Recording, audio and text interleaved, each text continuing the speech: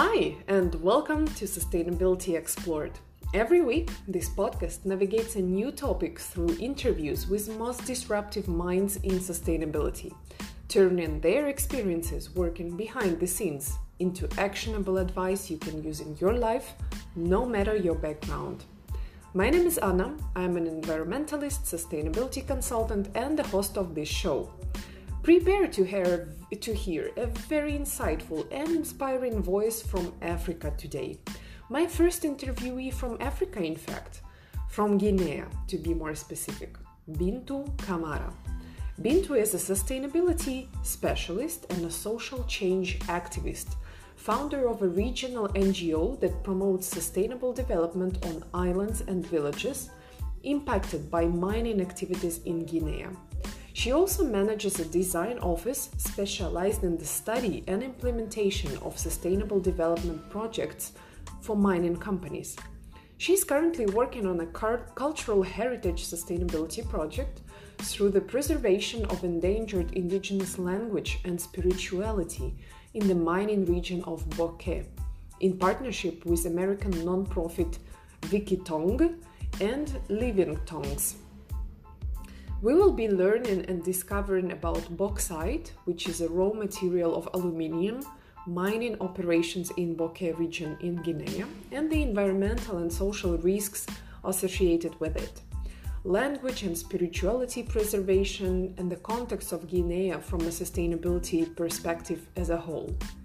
This interview was arranged by amazing Sabine Sasse, Managing Director of United Europe, a German NGO focusing on strengthening Europe that can ensure peace, liberty, and prosperity for the next generations of Europeans. But from what I can tell you, from my experience, not only Europeans.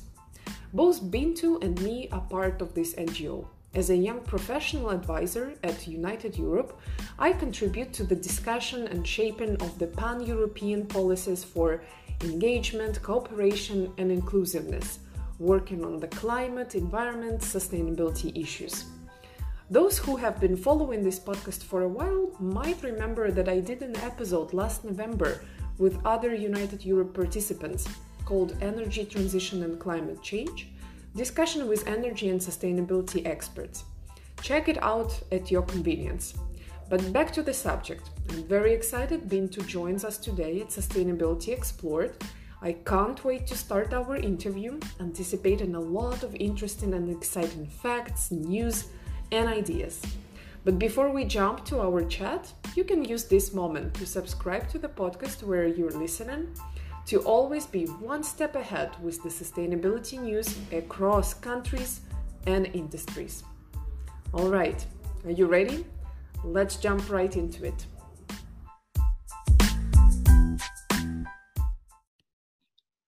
Hi everyone, I'm super happy to announce my guest this morning for our interview on sustainable or not mining. My first guest from Africa is Bintou Camara. Bintou, I always ask my guests how they start in sustainability, how is their journey going on, and please introduce yourself. It's a very special day. As I said, the first guest from Africa. I find it very important to give voice and diversify the guests and opinions and visions from across the world. So super excited to have you today with me. Thank you for joining. Please introduce yourself a little bit more for the guests and where you are in your sustainability path. Hello, Anna. Thank you for having me here, and I'm really glad to be the first guest from Africa. My name is Bintou Camara. I am a specialist in sustainability and social change activist from Guinea-Conakry. Guinea-Conakry is a coastal country in West Africa. We are near Senegal, Ivory Coast, Mali, Sierra Leone, Liberia. So how I started my journey in sustainability. Actually, I created an NGO called Evolution. We created it like 4 years ago. The NGO aims to promote sustainability and let's say, sustainable development in islands and villages impacted by mining exploitation in my country. Because Guinea is the first bauxite exploiter in West Africa and in the world. Last year, we were the first before Australia and Brazil. So the mining exploitation is very huge in Guinea. We mostly exploit bauxite, gold, and diamond.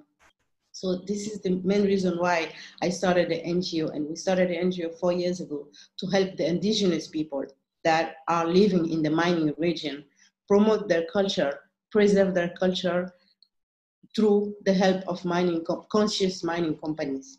Mm-hmm.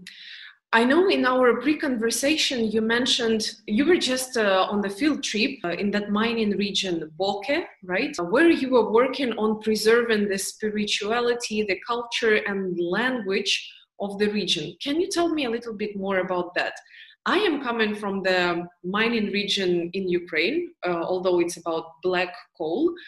And you know, when we were discussing with you just before, I realized we have this specific language too that is only present and recognized in that area. For example, lunch in the box, lunch box, transportable lunch. People, the workers would usually take it from home because they can go to the canteen. There is no restaurant around. They would pack a lunch box with them from home. And the meaning of how it's called, it's not called the lunch. The meaning is like a stop pack. So it means they stop their work to eat. In translation, it's a stop pack. You say this word anywhere else? For example, I was working at the bank a couple of years ago, and I'd say, oh no, I took my stop pack with me. People would look at me like, what do you mean? Yes, it's because in where I'm coming from, we use this and that.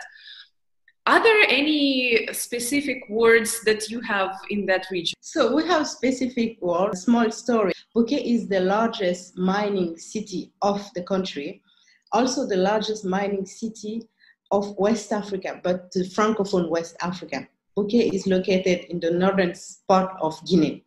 And this city today has 16 mining companies that exploit bauxite. It's a really small city. Can you imagine 16 companies that are in a small city? And this city happened to host 6 out of 8 endangered languages of Guinea.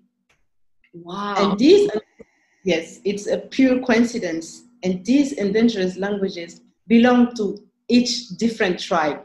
So the city has a lot of different tribes, and all the endangered tribes of Guinea, most of them, 6 out of 8, are in this city. It's not really a city. I would say it's a region because it's very underdeveloped, even though all these mining companies are there. And this city happened to be my city as well because I am from one indigenous tribe in this city. I grew up in the capital, which is Conakry, but my mother is from one indigenous tribe from that city. My father is from a different indigenous tribe from that same city. This is the main reason why I decided to focus my energy on the development of the indigenous people in the region of Boke. And how we do that? We started by promoting agriculture because agriculture is the main activities of the women in the region because it's a coastal area. They have many water sources and the climate is very nice, used to be very nice and comfortable, but now because of the exploitation, women cannot produce enough vegetables or rice anymore because of the pollution of the air, the pollution of the water sources, and because of how the mining company came in the city and they brought people from the capital in the city. The city is now, the villages have almost disappeared because the mining company, when they settle in one area, they move the village, the population that are there, and they move them out to a different village that they usually manage for them. Mm-hmm. It doesn't always work because these are indigenous people. They have their heart in their land. So even if you come and you displace them, you might think it's okay, or oh, maybe we give them a better life because they have a prettier house now, or they have water well, they can get well however they want. It doesn't work that way because most of them are animists. And as you know, animism is an ecological religion. They are related to earth. Anything they do is related to earth, to water, to air, to sea. So they thrive better in where they live, not where they will be moved out. So this is why the animism, the religion of the indigenous, is disappearing as well, because when they move them out of their city, they lose their faith, and they don't practice anymore what they used to practice, what their ancestors used to practice. So this is how we started with the NGO. This year, we decided to work alongside two nonprofit organizations from the US. One is called Wikitongue, the other is called Living Tongue. With these two organizations, we decided to create a project that we called the preservation of endangered languages of indigenous people in Boke. As I said before, in Guinea we have 8 endangered languages, and 6 of them are in Boke. And among these 8, the first endangered language, the most spoken among these endangered language is from my tribe. My tribe is called Nauru tribe, and the language is called Nauru as well. But I don't speak it either because we have only 6,000 speakers. And this is the most spoken endangered languages, 6,000. So I got involved in this project even more because it was my tribe. So I figured that I had to do something, and I have to help them, since they want to help themselves, but they don't know how to have any way to do it because they live in a really, really remote area. So I partnered with these two organizations, and then we decided to make a project. This project, how it will go. We started the project 3 months ago by documenting these indigenous language. We started with Nauru, and then we will go along with the other one. So right now, we are documenting the Nauru language because it's disappearing. And the Nauru language is specifically found in the sub-prefecture of Kamfarande. This is one of the 10 sub-prefecture of Boke. And this prefecture is very remote, is near Guinea-Bissau. It's by the sea, I'll say. So the Nauru language is found in the sub-prefecture of Kamfarande and on the islands of Tristão. Tristão are a group of islands. They are closer to Guinea-Bissau than to Guinea, but administratively they belong to Guinea. And this island is an MPA, a marine protected area from UNESCO, because it's very far and it's wonderful. You can still find dolphin, turtle that are on the sea, on the beach. Very amazing. But since the area is very, very far from the city, it's far from Boke. It's 6-hour boat ride from Boke. So imagine they are impacted because they are far, but also because they are totally forgotten. And this island is the origin of the Nauru tribe, of my tribe. So the process is to document the Nauru language by going from house to house in these remote areas and asking the elders to explain to us what is the Nauru story, what is the culture, how is the language, and then we write down anything that we can. We try to make a dictionary. After making a dictionary, we try to introduce this small dictionary into primary school in these villages, because the children doesn't speak the indigenous language anymore. They all speak French. Only the elders, because it's an old language. Nauru tribe came in Guinea in the 14th century. So you imagine that it has to disappear now because it's very, very old. So we introduced the dictionary into primary school. After that, we make a sensibilization with the parents of the kids. We explain to them what is the importance of speaking their native language so that it doesn't die, because the kids they don't speak it anymore. And then we publish this dictionary and all the documentation, video recording on internet, so everyone can have access to it. This is how the American organization are helping me, because they have a platform and internet where you can find over 8,000 or 10,000 languages. And now they will help me publish the Nauru language in this platform. So this is the first project. The first project will be the preservation of the Nauru language. And then the second one is the preservation of the indigenous spirituality. because we can preserve the language, but if they don't practice what they used to practice anymore, we don't call them indigenous, and they will lose their identity. This is what we are fighting for. So how this will go? We will do the same process. It's hard to document the spirituality because you cannot touch it. Actually, the spirituality of these indigenous people, they are most of them are animists. They believe in it's an ecological religion, I will say. This is how I call it. They believe in forest, in air, in water. They have spirit in these things, in water, in sky. It's hard to explain. So this is how they are impacted the most, because imagine when a mining company comes into this village, first of all, they will start polluting the water sources. These people cannot practice their religion as much as they can, because imagine if the river is polluted by petrol or oil or whatever. It's not pure anymore. They have to go all the way to a different village to get water or to pray for the water spirit. And then when the company comes, they identify a huge plot of land that they damage, I'll say. They don't really damage it. They just clear it so that they can construct their port, refinery, or whatever. This is deforestation. Usually they have these tribes have their spirit in this forest. For example, we can see it as a forest, but they don't see it like that. They see it as the house of their spirit. So because of deforestation, they lose their spirit as well. And because of air pollution, bauxite is a volatile dust. So it pollutes air a lot.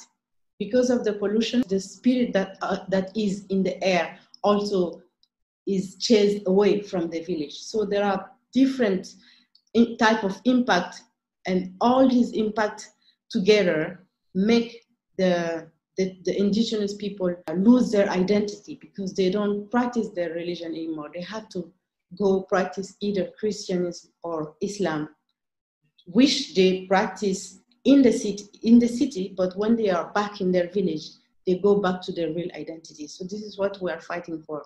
And this second work on the spirituality project, we are currently writing a paper alongside the Harvard Divinity School, because I was contacted by them three weeks ago. They made a call for a paper, and then they contacted me asking if I would like to propose something about the indigenous spirituality, because I'm working with them. And I said, okay, this is a great idea. So they told me that they needed to highlight my voice as a practitioner one, and then because these are the area impacted by mining company, I should make a little study and propose to them so that they can highlight what is happening in this indigenous community following the opening, the creation of their new program at the school. The program is called Evolution of Indigenous Spirituality. Wow. Well, it seems like a lot of stuff is going on. When did you start the NGO? The NGO started January 2017, 3 years ago. So just 3 years, and so much is going on already. You said there are 16 companies working in the mining. Are they international or local companies? All of them are international beside one. There is only one local, and this the local one started 2 years ago. But all of them are international. Most of them are Chinese, and then American and Brazilian. But I'll say 60%, 70% of them are Chinese. Wow. Well, the reason I'm asking, because my career, in fact, started in the environmental journalism field, and we traveled to Kosovo to investigate the lignite power plants. So also mining, but of lignite. It's a coal, the brown coal, brown coal that is not too much underground, 80 centimeters maybe underground, that's all, less than a meter. And there was the World Bank financing those mining activities. And under the World Bank policy, environmental and social policy, they had to relocate people from the villages, give them the housing, accommodation in the cities. Then, of course, it went overboard because it didn't have phase 2, phase 3. Families grew and they were living still in the 1 or 2 piece apartments, like two rooms apartments. But nevertheless, something was at least happening in the phase 1. Is it the same in Guinea?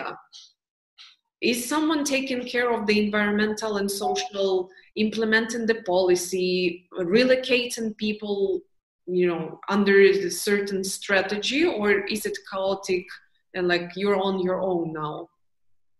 No, it's not. It depends. Some conscious mining company, usually the one that are that are American, I'll say, or Westernized, they work, as you said, with the World Bank through IFC. We have a branch of IFC here. I actually wanted to mention them because they are the leaders in sustainability in mining area. They have a policy. I mean, even though the policy is not really respected by some mining companies, but they are trying, because I have been working in collaboration with them since I myself, I'm doing the same job. I'm fighting for the same right. So IFC is working alongside some mining company to promote sustainable development in mining area. They are doing their best, of course, but in Guinea, we don't know what is sustainability also. First, it's hard to explain to a population, okay, this is what you have to do to preserve the environment for the next 10 years or 20 or 30 years. We only see things as today.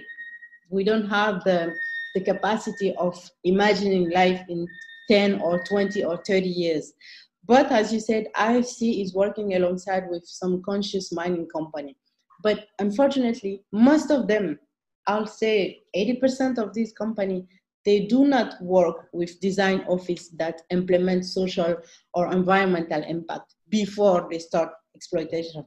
Right. I'll say only American company does that with IFC because IFC is behind them. Or other company that hire design company to implement social and environmental impact. There are few of them that does that, but most of them, they don't do it. Or even when they do it, they just do it so that they can show to the government, okay, we did an environmental impact assessment before starting the exploitation. Mm-hmm. And then right away they start the exploitation, but they don't follow what the study they did, how they should work so that they don't impact the indigenous community. They don't really follow that. And I'll say another issue is that the indigenous people, they don't know their right. They don't know how they should protect their environment, why they should be protected or preserved, or they don't know anything because they are not intellectual.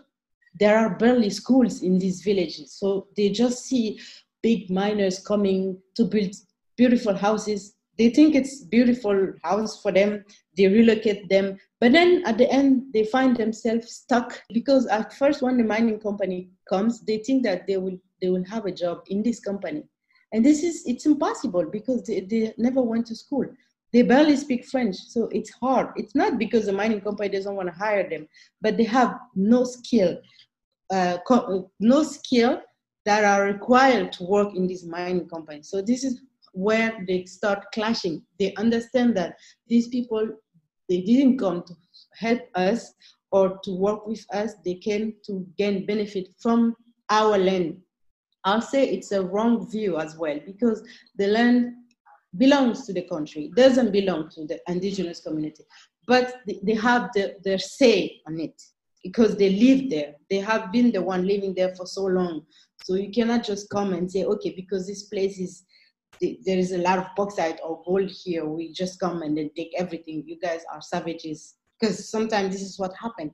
So it's a little bit hard. This is why we need intermediate that knows the right of the indigenous community and that knows the right of the mining companies as well. Right. And is there this mediator, kind of maybe an NGO working on legal stuff? There are NGOs, even the government have different institutions that working to create a collaboration, I'll say, to open the dialogue between mining companies and indigenous people. But they are not considered as indigenous because You know, the hard thing is in my country, we don't, since the official language is French, right? And then we have a lot of different local languages. We consider all these different local languages indigenous, even though you live in the capital, because it's not an Occidental language. So we are all indigenous. So we don't put the difference between people that live in the capital and those that are in the village. We just say, oh, we are all Guinean, so why you guys should be better treated than us in the capital? So just accept it. You see? So this is why I'm fighting for their right, because I want them to know these people are, and if you read the chart of the United Nations, what is an indigenous people? What is an indigenous community? You will understand that these people in this region are indigenous. I'm not saying that we are more civilized, but they still believe in something that we don't anymore. They have their identity. We lost our identity when we were colonized, because these people, they were not impacted by colonization. They are in a remote place. They live in a remote area. So they don't really know what was going on in the big cities in Guinea.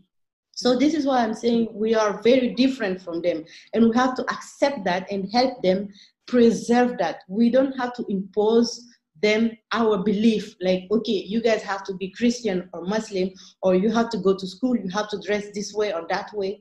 They have their identity, and I'm fighting so that they can preserve their identity and they can understand that the way that they live in many countries around the world, they have a group of people exactly like them that are helped by the government so that they don't lose their identity. Right. You mentioned earlier about the local community not being able to work because they are unskilled, not being able to work in those companies. Is there any requirement to local, at least a certain percentage of a local force, either by the IFC or World Bank policy or from the local government of Guinea? There are some requirements, but they are basic requirements. I know I work with some mining companies that are trying to be conscious, that are trying to involve the local force into the mining company. When I say local, not only local from the capital, because we are more educated and we are sometimes bilingual, but the local from the region of Guinea, of Boke, they are trying, but it's hard because imagine, Anna, the population, the indigenous population, they, as I said, they practice ecological religion. So most of them are fishermen or they do agriculture. They are farmer. They don't practice activities that can help them work in a mining company. For example, it's hard for them to become mechanician or work in logistics or work on the computer. We don't have the same skills. This is how it's hard to work with them. So most of the time when the mining company try to hire them inside the company, they are at the low level, like they have basic job. For example, security guard, the type of stuff that they can understand fast because they don't live in the same environment. They haven't lived in the same environment as us. If there was a department in the mining company where they say, okay, this is the fishing department, like now they will be able to hire a lot of them, or this is the farming department, you see. But unfortunately, they don't do the same. They don't practice the same activities that are required to be able to work in this company. Right. I was thinking about security and HR. But even for HR, you have Excel spreadsheets. I don't know how is the literacy, by the way. The literacy rate in Guinea? Okay, I have to look up, but as I remember, I think I checked 2 years ago, we had 65% of the population is uneducated. 65. Can you imagine? Imagine in this region, only 5% of the population of this remote region are educated. So as you said, most of the time when they hire locals, it's in security or in community development agent, because they need community development agent to collaborate with the indigenous. Because the indigenous, they sometimes they don't know how to communicate with the mining, the company representative. So they have to, these intermediaries, they have to hire people from the village so that these people can represent both parties' right. Mm-hmm. Sometimes it doesn't go well, but they have to find people from the local indigenous group so that they can live at peace. Like a public relations manager, sort of. Exactly. Wow. I recently watched a short story about the island of Nauru, next to New Zealand, somewhere in the Oceania. The material, phosphate, I think, phosphate was something that they were extracting, and they were not putting money back into the economy. So years later, there were also foreign companies involved. People they were the GDP was the highest, I think, in the world at some point, after the US and China, probably. So what happened afterwards is that they excavated all the resource, and that was it. And now they are the poorest nation in the whole world. They have to import food, canned food. They have the largest percentage of obese people because it's like lots of sugar and stuff. The money was not put back into the economy correctly. I don't know, into the tourism, into I don't know, something else. Put in the mind of people, raising the intelligence and building some other products.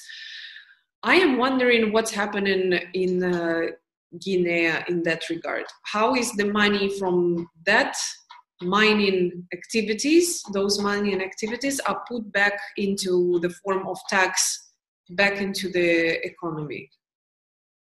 Or is it also, big houses and life is good for one generation, the next generation is gonna be stuck? Truth be told, we had a boom in the mining exploitation, I'll say the last 10 years. So when I asked the same question, I said, okay, so what is the impact? I mean, when I say impact, not just big houses, we see big cars, all my friends are working in mining company. Now, what is the real impact on the country? Not only in the city where they live. They say, no, it's too soon because these companies, they came like 5 years ago, 3 years ago, which is true. Mm-hmm. Most of them came the past 6 to 7 years ago. And then when they come, I mean, this is what they say, they have to do a social and environmental impact study before they start. Then when they start, there is a whole process. Okay, we have to do this and that and this and that. And then when they start the exploitation, when they start the exportation now, this is how the money should come back in the country.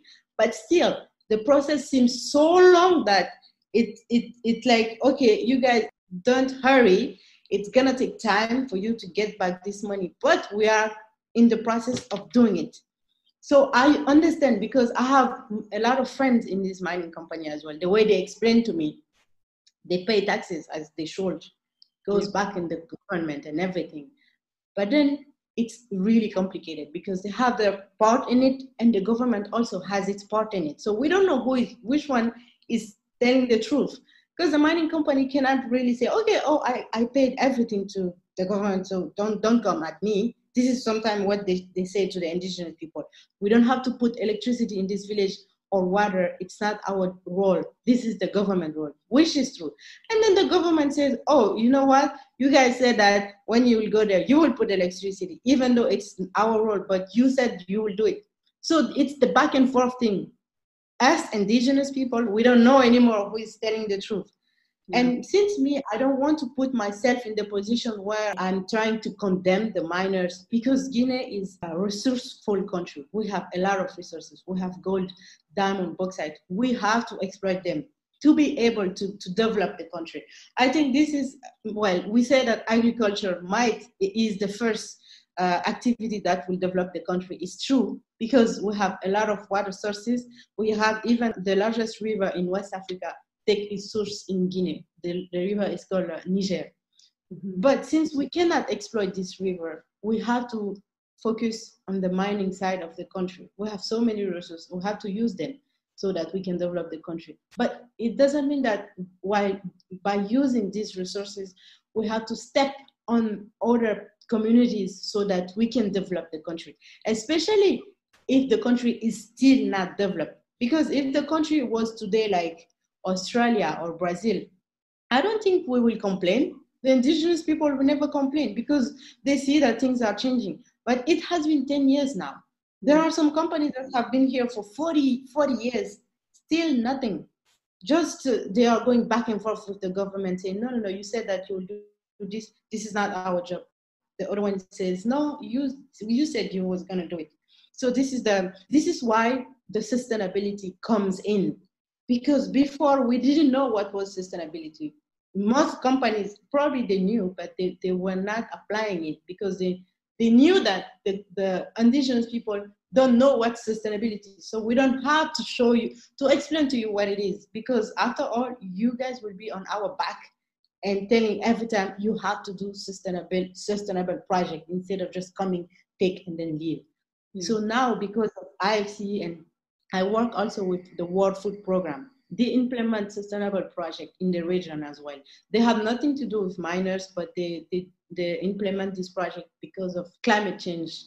They focus on different aspects of the area, and then they decided to create project, agricultural project, fishing project, and whatever. So this is why I was really happy when you contacted me to talk about sustainability in mining region like Guinea. It's a new concept for us, and we have to promote it. I think we have to promote sustainability more than we are promoting the exploitation, the mining exploitation, because the mining exploitation has been going on for a while now. Now we have to understand, okay, what can we do so that this exploitation doesn't damage the country? We have to create projects that will stay for a long time. And while creating this project, we have to involve people that are suffering from this mining exploitation. They have to be involved in the process so that they understand their value, they don't lose their identity. And they have to be helped by the miners as well. Yeah. On this note, how is the sustainability context in general in the country? Mining aside or included, what's going on in the country? So you're so far away, you have to tell us. Yes, so in the country, as I said, the sustainability concept is very new. Like when you say it in French, développement durable, it's so vague. What it is exactly, like what can you do? What kind of development you can create that can stay for so long? It's kind of hard. But you have to think it through. For example, why I say that it's not only it's new, but we cannot promote sustainability all over the country because the country is still very virgin. We have huge cities that are still like virgin cities. There's absolutely nothing going on. There are only houses and schools, and that's all. There is no industrial activities. We don't have industrial activities in my country beside mining, but the mining also, it's only exploitation. We will have in 2 to 3 years the very first refinery, bauxite refinery, in my village. So this is why the problem is, it is urgent now, because when this refinery will come settle in my village, and then it will start disturbing these indigenous people, it's going to be a huge issue. They are actually working on the environment impact of this refinery, and then they will build the refinery in 2 to 3 years. So we have to start fighting now before they come build it, because it's going to be hard when they build it and then we say, oh no, we don't want it here anymore. No, it's a lot of investment. It's an international company, so we cannot just wake up and say, no, we don't want you guys here. They invest so much, but before they start investing, we have to explain to them what we want. So why the sustainability it's not a big deal in the country, because it's not an industrialized country. So the impact of a mining company is only in the region where they are, not in the whole country. For example, the two biggest region, the largest region where we have mining company, one is in Boke, then the second one, it's in it's in central Guinea. It's called Haute Guinea. This is where we extract gold. There are thousands of small companies there to extract gold. But the funny thing is, the bad impact of this gold exploitation is the artisanal exploitation is higher than the industrial exploitation, because literally the villagers exploit gold by themselves. They saw the mining company doing it and they understood that, I think this is kind of easy. I can just go and dig and find gold, so I'll do the same. And the impact of that is there is no education in this area, because kids, they don't go to school anymore. They are all in the morning from 6 a.m. You will see kids 3 years old, 4 years old going on the mining site, start digging to find gold with their parents. So this area is very impacted as well, but the impact is different. They are not impacted by the presence of mining companies. They are impacted by the fact that they are exploiting themselves and they forget about what will happen when the resource will finish. Because now they are not going to school. They are not creating different activities beside gold digging. And this is really, really bad. So we have two types of impact. One, because of the huge resource of gold, because when there are too much gold, even me, if there was gold in my next to my house, I'll say, you know what, let me go and check. Maybe I can find it too. So because of the huge amount of gold in some areas, in diamond, you literally go, you dig and you find it, one. And the second one, because of the impact of the mining company, which is in Boke. Sometimes I ask myself, resource, is it a blessing or a curse? And I always think of Singapore. I have a classmate from Singapore, and we recorded also with him about urban sustainability. He says, you see, 50 years ago, we had nothing. We were not even a country. We were a village. There is no industry. There is no, we didn't even have clean water. They had to invent the technology or bring or buy the technology that would purify the water from the ocean and recycle it and so on and so forth. So all their resource was their brain. You look at the countries like Russia, full of oil, of gas, and you're like, where is the money? What happens? They still have, I don't know, toilets outside of the schools in certain areas. Like, unthinkable. It's 2020. And it's a kind of a, it's a European country. And sometimes I think, having this resource, you say gold, I'm like, boom, unbelievable. These people have gold, but is it a blessing or is it a curse?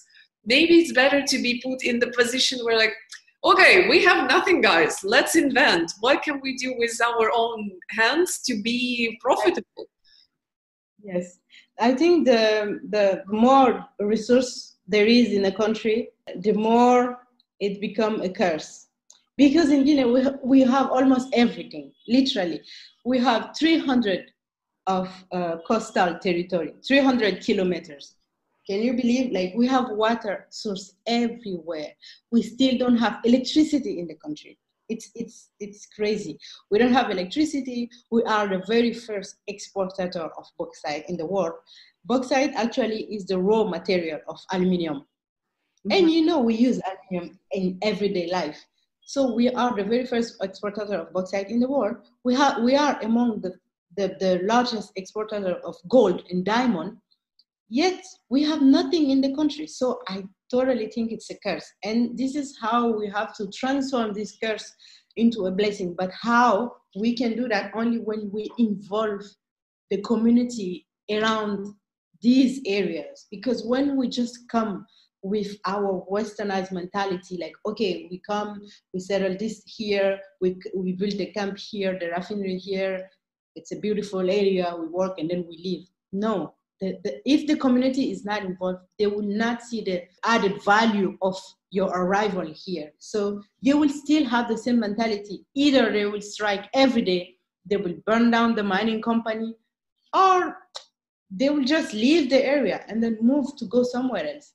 And this is really bad. So I think the action has to come first from the community, the indigenous community. They have to understand that they can do something as well. They can work with these miners. They can collaborate with them if they are respected. But if they are not respected, it's going to be hard.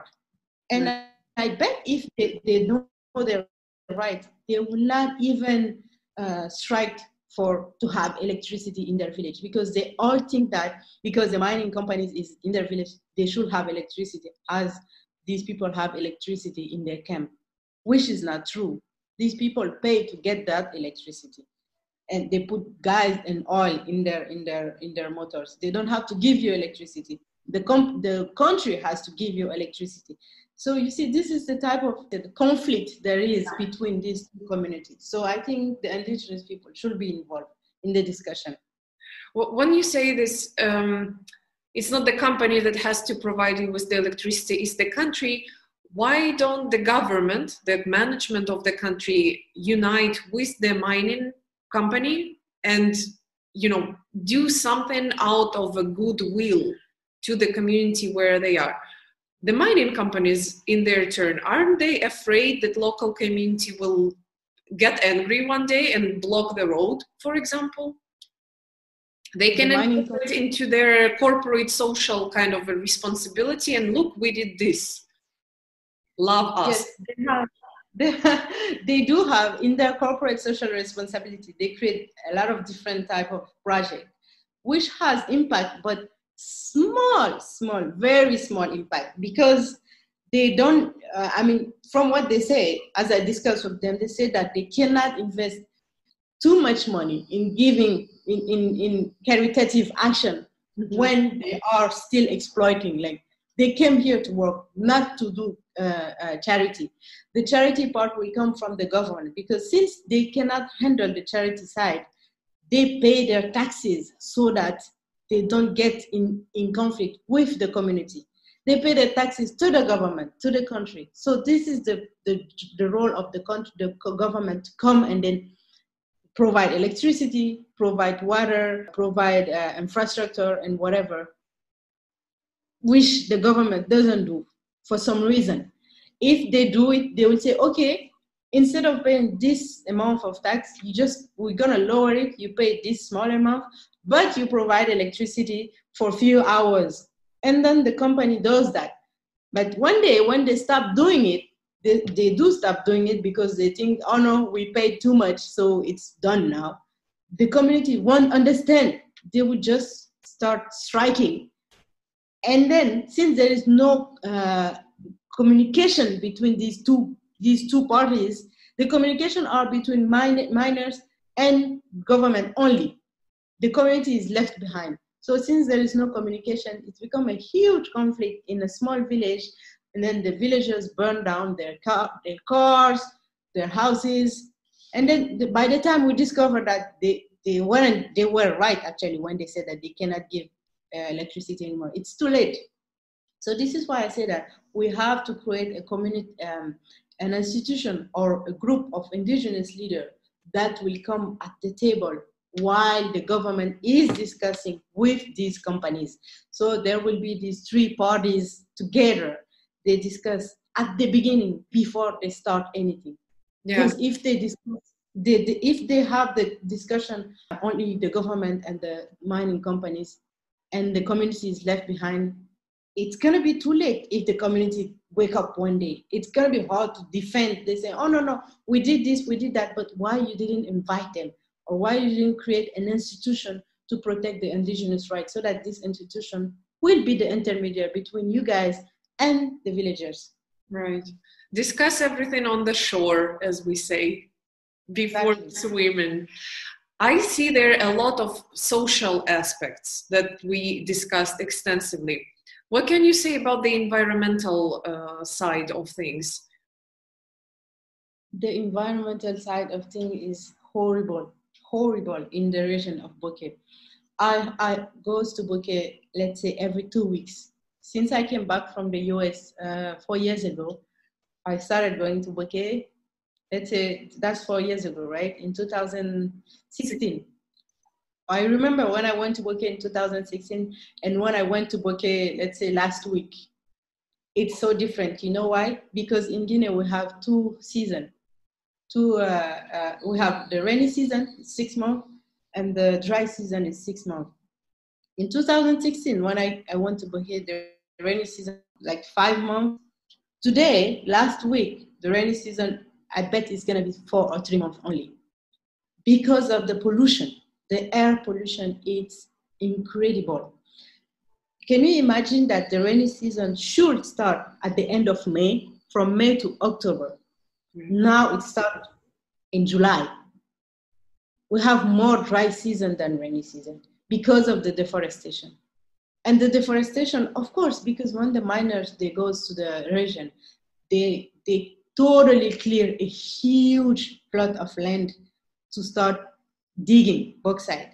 And then they go in other villages, they clear these villages to build their camp, their whatever, hotel or whatever. And then from when you see the construction, you will think, oh my God, this is what we call industrialization or development.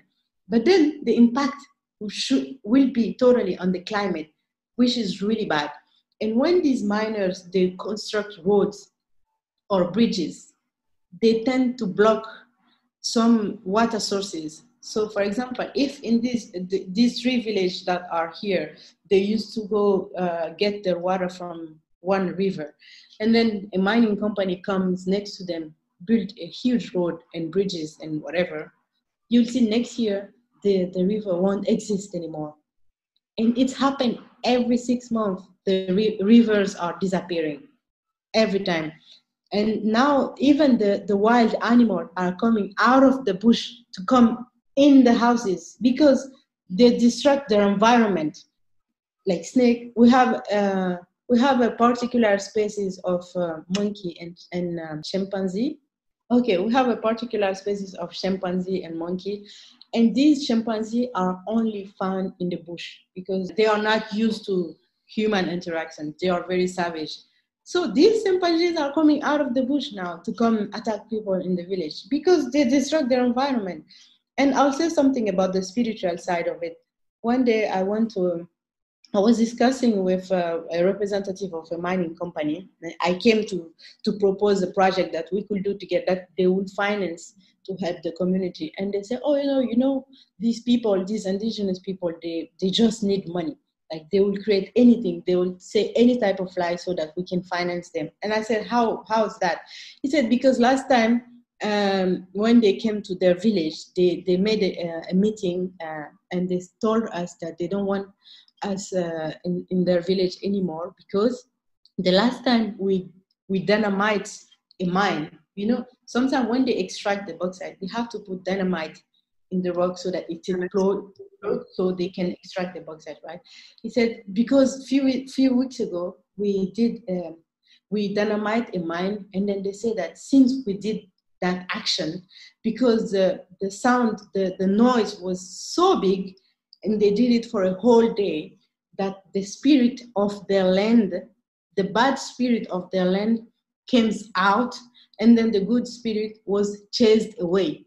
So that since we did that, things are going really bad in their environment because they believe that the bad spirit comes out of the land, of the ground, and then the good spirit was chased out. So we had to do something against that. And I said, and they started laughing.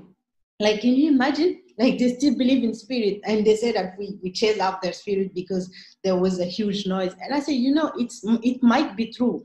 You cannot understand because you don't practice their religion. But I think what they are saying is you can even connect the animism scientifically.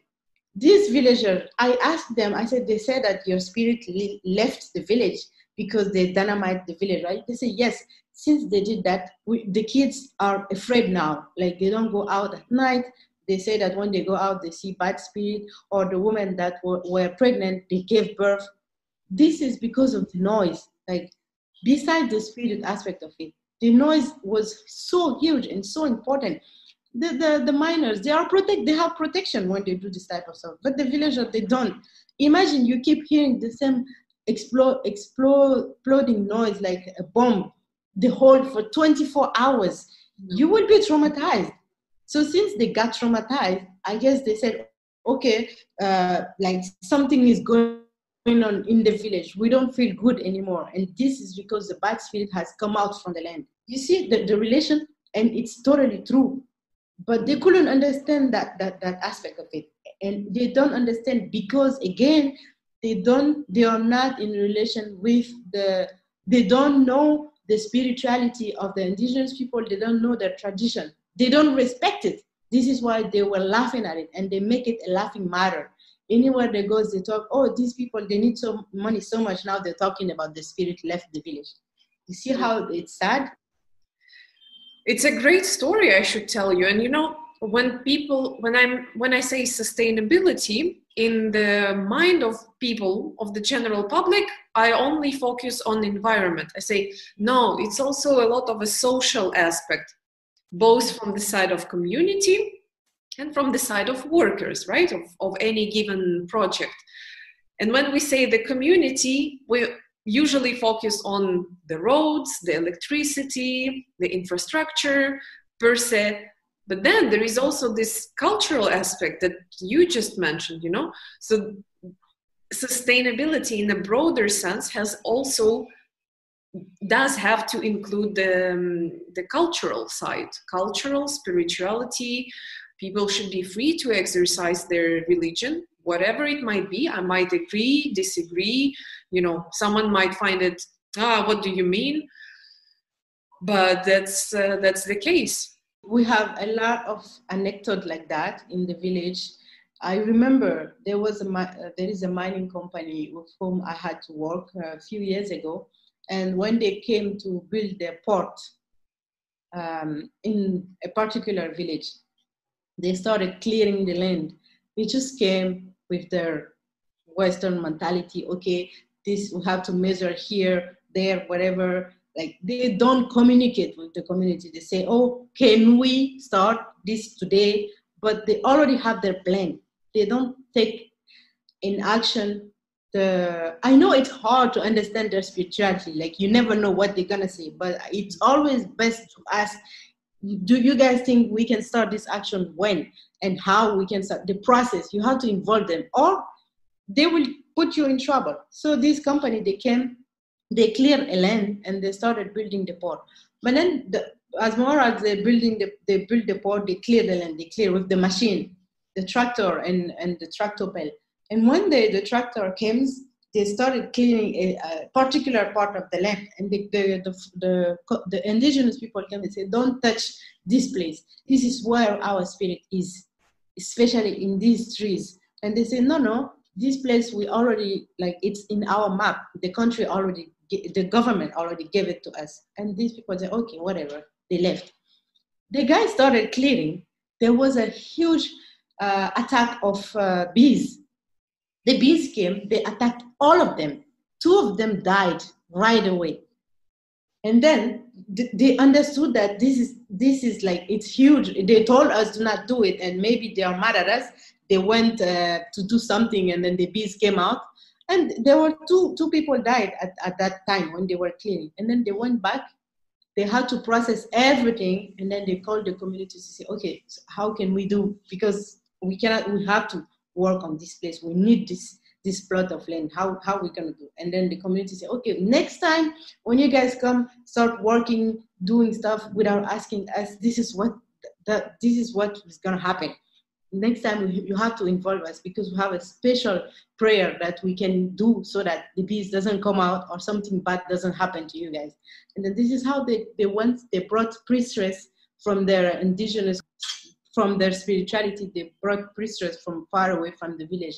And these priestess, they came, they pray so that the land will accept the foreigners. And then after the prayer, they continue clearing the land, and nothing happened. You see, since then, this company actually, wherever they are doing any type of engineering work, they always have to refer to the community to ask if they can start, and when and how. Yeah, their help. Well, yeah, I always say, don't come. We have a saying, don't come to the foreign church with your own with what you have. When you're dealing with some area, the locality, the community where you're not native, believe me, they know better how to live and why they live the way they do. Don't come in a foreign church with your own statements.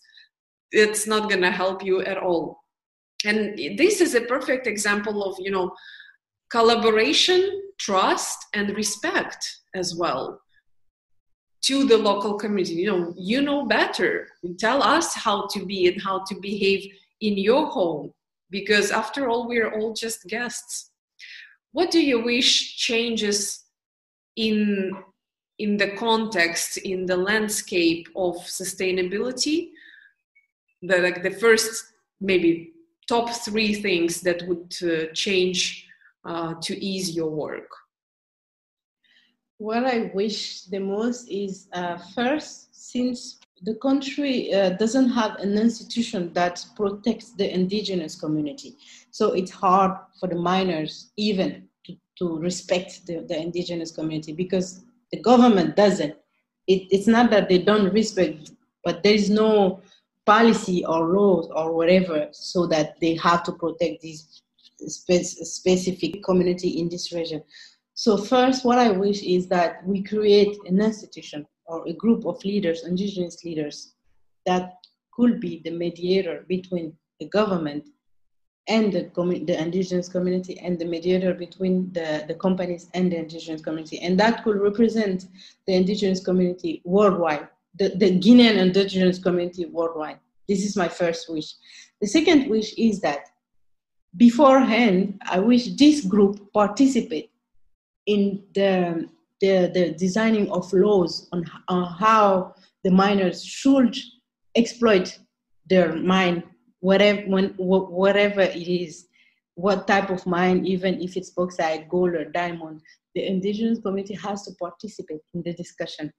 And then the third one is, as you were talking about the corporate social responsibility, I wish that the miners could involve the indigenous community protection in their corporate social responsibility, because they only think it has to be connected to infrastructure, build a house, build a hospital, build a school, build whatever, bridges. It always an engineering work, but it can be beyond that.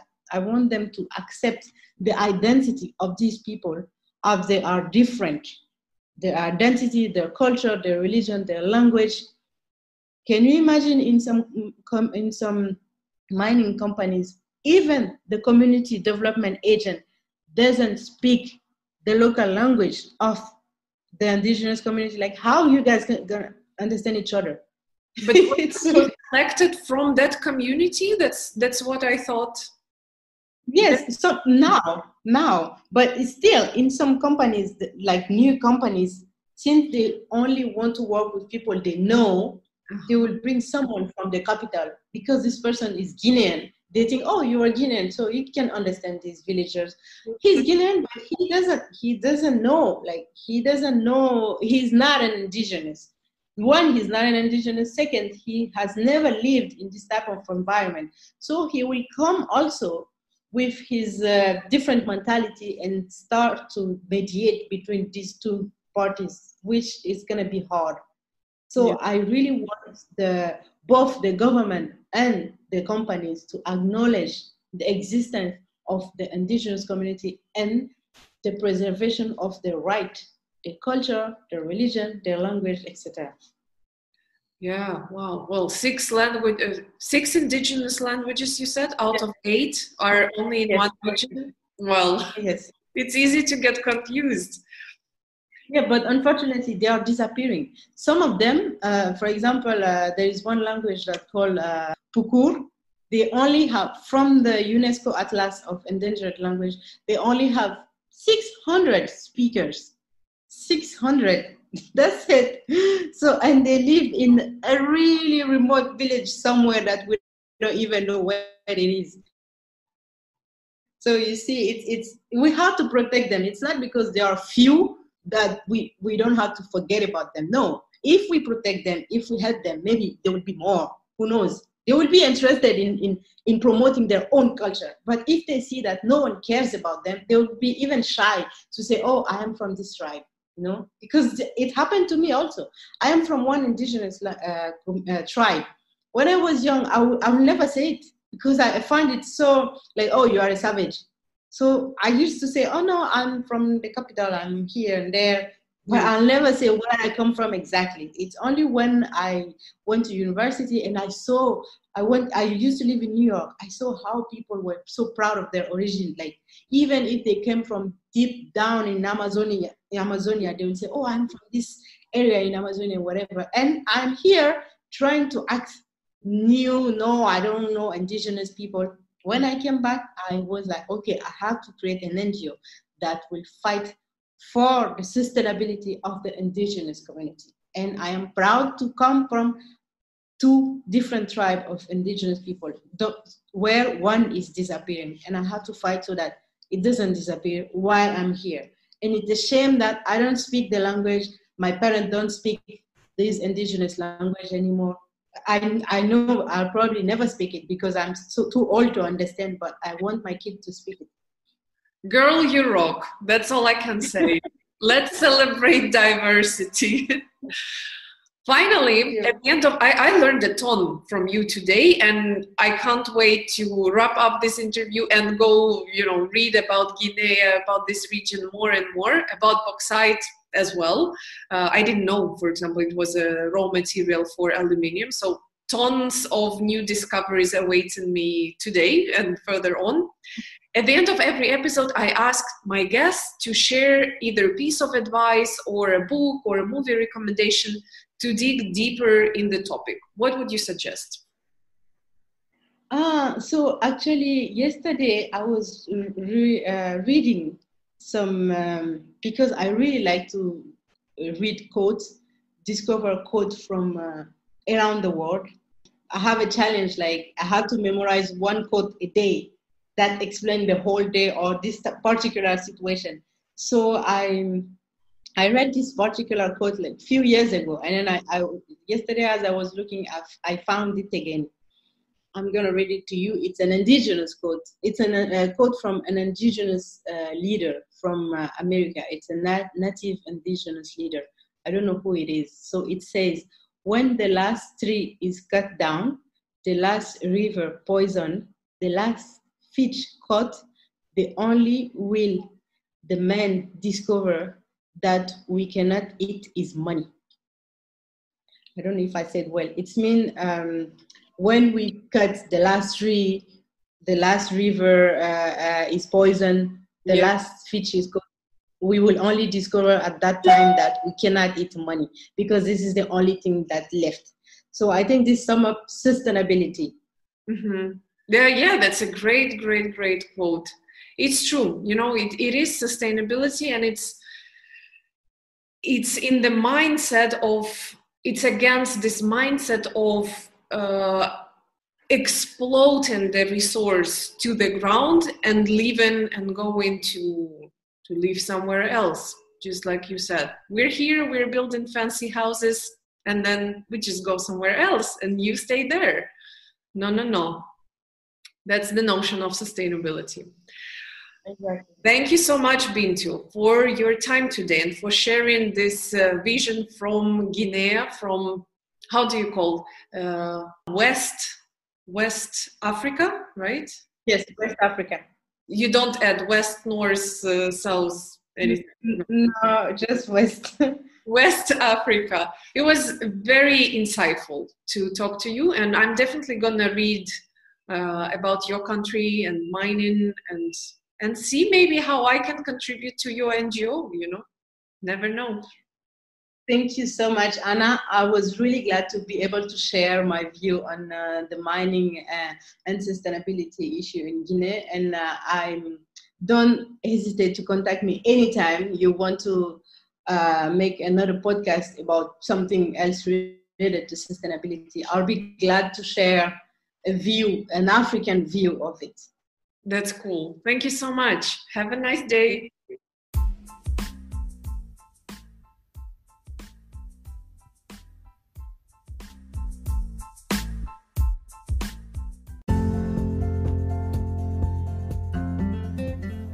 I so much appreciate you taking the time to join us today to learn from this conversation. I hope you loved listening to this episode as much as I loved working on it. If you have any questions for me or Bintou, please don't hesitate to reach to us on LinkedIn. We are both easily approachable, this I can guarantee you. If you like the podcast, you know what to do. Subscribe, share on your social media, leave a review on the platform you're listening on. We're now available on 70 plus platforms. This is incredible. Reading your review will make me over the moon happy. And on top of it, your honest feedback will help me improve the podcast, improve the certain issues that you might point out. If you review the podcast on our Podchaser page, I will reply to you in person. This I can promise you. I always suggest some other related episodes, but now nothing even remotely related comes to my mind. We didn't cover anything similar in our previous episodes. This is how this one came out so unique. Let's just celebrate it for one moment. And then I invite you to check other episodes, anything that you might find interesting for yourself on this podcast that speaks to you. We have a lot of interesting interviews covering a range of topics: bed sheets, events, sustainable fashion, tourism, economy. Anything that is there for you to listen, to learn. And finally, reach out to me on LinkedIn, challenge me with your questions or suggest guests or topics that bug you, that you would like me to cover in the future. I'd also love to mention at the end that we now have a YouTube channel where most of our conversations are sitting in the form of video, so you can even virtually meet myself and the guests. So this was Sustainability Explored, episode number 54, and me, your host, Anna Chashina. Thank you again for listening, for being with us today, and until next time, next Thursday. Take care, stay sustainable. Bye-bye.